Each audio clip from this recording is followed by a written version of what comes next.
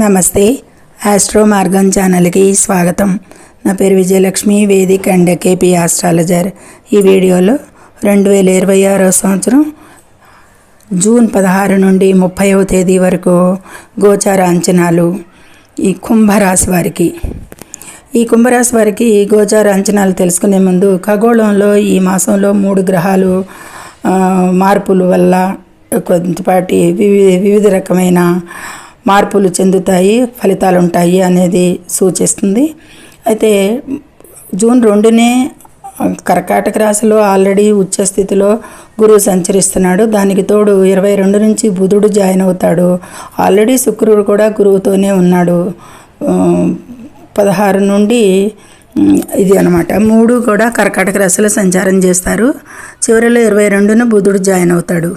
ఇక అలాగే మిథునంలోకి 15వ తేదీన సూర్యుడు ప్రవేశించి సంచరించడం జరుగుతుంది.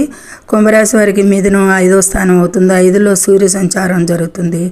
ఇక కుంభరాశి వారికి 2లో శని అనుకూలం లేడు, 3లో కుజుడు అనుకూలం, 4లో 21 నుండి మళ్ళీ కుజుడు అనుకూలంగా ఉండడు.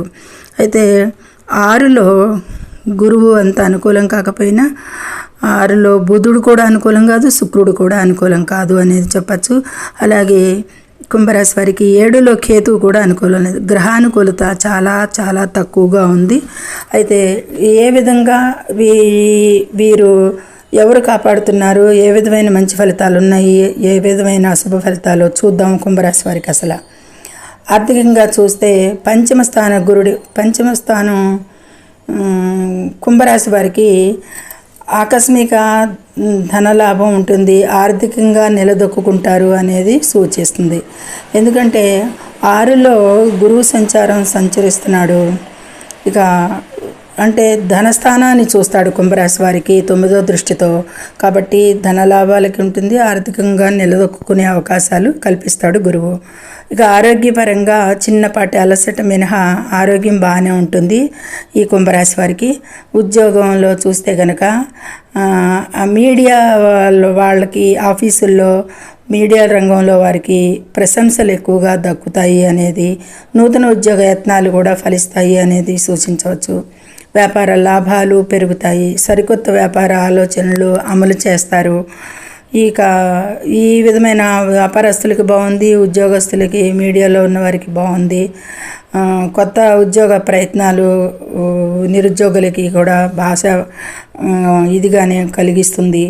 ఇక విద్యార్థులకైతే అత్యంత అనుకూల సమయంగా సూచిస్తుంది.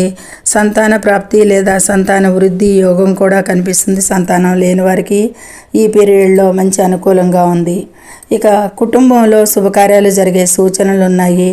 జీవిత భాగస్వామి మద్దతు అయితే లభిస్తుంది అనేది సూచిస్తుంది. కోర్టు కేసులు, పాత వివాదాల నుండి సులువుగా బయటపడే అవకాశాలు కనిపిస్తున్నాయి అనేది సూచిస్తుంది.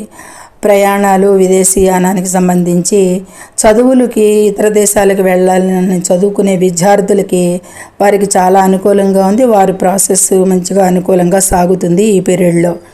ఇక ముఖ్యమైన పాయింట్ ఏంటి అంటే కనుక కుంభరాశి వారికి ఈ పీరియడ్లో సమాజంలో గౌరవ మర్యాదలు బాగా పెరుగుతాయి అనేది ఎక్కువగా సూచించడం జరుగుతుంది.